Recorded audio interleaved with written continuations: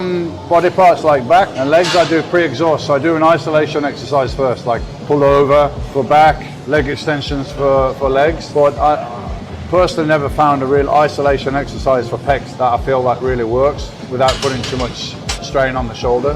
I prefer to start with a compound exercise on chest. So let me get on there with no weight and I'll just show you the motion, medium grip. Is that like middle finger on the little strip? Depends on the, you know, your length of arms and everything, right? Yeah. So not in like that, too much triceps, not out like that, too much limited range and too much on the shoulders. So you can see my forearms are kind of parallel to each other. A lot of people lift off and they start from out here, bring it over so it's in line with your sternum. So we're there, we're nice and tight, everything's tight, come down, touch the sternum, and return. All right, so we're going to go 12 here. Slightly slower on the lowering of the weight, the negative. Push. 1, 2, 10. 2 more. Push. And again. Okay. So what we can do, got a hammer incline there. We can take that as a second exercise just because we've got control on there because it's a machine, yeah?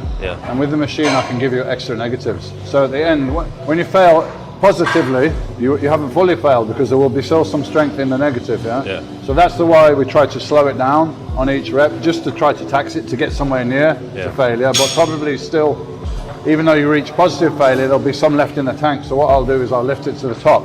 You know, back in the day when you were like training in your prime, did you always have a training partner for every single session? Personally, I always had a training partner, yeah.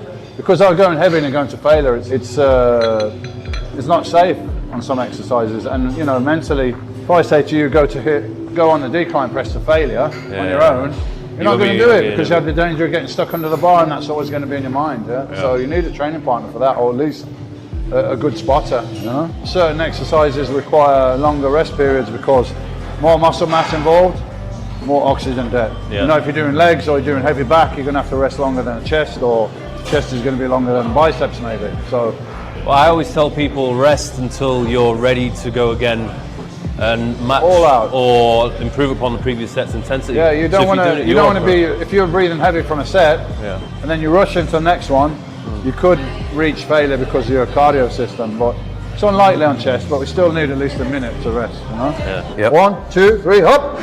Feel bar. Yes. Push. 2. Up. Push. 2 more. Come on, let's go. Full power. Push, push, push, push. 1 more. Drive it up, drive it up, drive it up, drive it up. Squeeze, squeeze the bar, squeeze the bar. Yes. What advice would you give to people who, you know, they feel like they're doing everything right with their training, sleep, nutrition, but they're not seeing any change? Well, then they're not doing everything right, are they? You know, if you're going to the gym and, you know, you've got your diet, you've got your training, and you're doing it for 2 months, and you have not seen any progress in 2 months, or even a fucking month, do you think that if you continue to do what you're doing, you will see progress the next month, and the one after, and the one? Of course not. You do the same thing, you get the same results. So if it's not working, you need to reassess, you know, look at the whole thing. I don't know, on an individual basis. You need to look at your training. Are you training intensely enough? 1, are you training possibly too often? Those are the 2 common things. I rarely see anybody training hard enough. Rarely, You ain't training hard enough. Secondly, you're training too often. That's it, If you're in the gym for more than an hour, you are not training. You're in the gym. 45 minutes to an hour, hardcore, pushing. You know, whatever you do at first will work.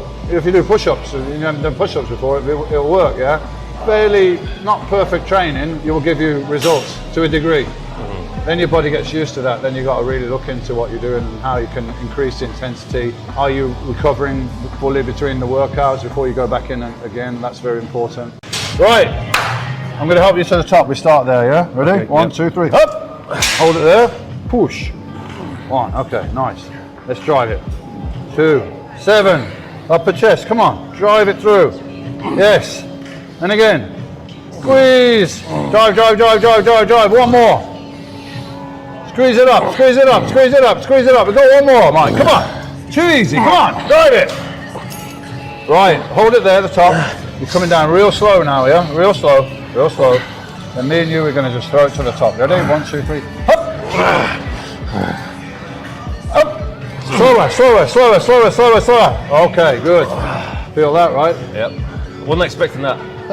Negative range of the motion is always stronger than the positive, yeah? So even when you've reached positive failure, there's still juice left in the tank on that negative. So this way we can exhaust everything. Positive, negative, everything, finished. Yeah. Now, what's the point to do another set on here? No point. It's like shooting somebody twice that's already dead. Yeah, you know, it's job's done. Do it as well. Job's done. If you do another set, it won't necessarily do anything more to stimulate growth, but it will be putting more stress on you, on your nervous system, making it harder for you to recover. This is a fly or a press? Fly, yeah. And you know, as you say, you want to work on the upper chest. Can you show me what? Because there's a few different variations of a fly. I want to know what you would go for. Facing. Yeah. Arms, as you come down, they're bent like a hook. Yeah. Then you come up, still bent like a hook. Trying to isolate as much as possible. All right, the triceps are there, they're stabilizing, but you don't want to lock out at the top. That's small triceps. So we're trying to keep the tension on the pecs. You'll notice you'll get to a certain point and the resistance is falling off. So that's as far as you should go. 10 reps, yeah, nice stretch, squeeze up. We're in there, yeah, that's where we are. Squeeze. Good. 2. Squeeze. 6. Squeeze. 7. And again, you got it, come on. Squeeze. And 1. Squeeze. Yeah. I'm betting that felt harder than usual. Yeah, just because everything... Because you fried it on the previous one. Yeah. You did negatives on the upper chest. Because you were always obviously working towards something, did you feel like the motivation was pretty consistent, or did you have the days where you're like, nah? Well, I had always a long-term goal, which might be a competition, so that's a yearly goal. Yeah. But I break that down into months, and I break the months down into workouts. Yeah. So I'll be coming to this workout now, knowing exactly what I did last week, exactly what I need to achieve today, down to the fucking rep and the weight and everything. So I know what I need to achieve when I'm coming in the gym, and I'm focused, and you know, not coming in like, what shall I do today? You're not going to get very far doing that. I'm going to do isolation concentration curl first, because biceps are one of my weakest points. So I was doing what everyone else was doing. I started like barbell curls, dumbbells. My front delts and my forearms was growing, biceps not so well. So what I discovered is work better for me is to isolate it first. You know, with it, concentration is great. I used to have a Nautilus curl that was even better. But the idea is to isolate the bicep, push it to failure, and then when you go to, say, barbell curl, well, you know, there's going to be a little bit of movement, there's going to be a little bit of shoulder movement inevitably. It's a bit looser, but it doesn't matter because you've already fried the biceps. So that's what we'll do. Upper arm against the leg, up, slowly down. 1, 2, 9, one more, 10.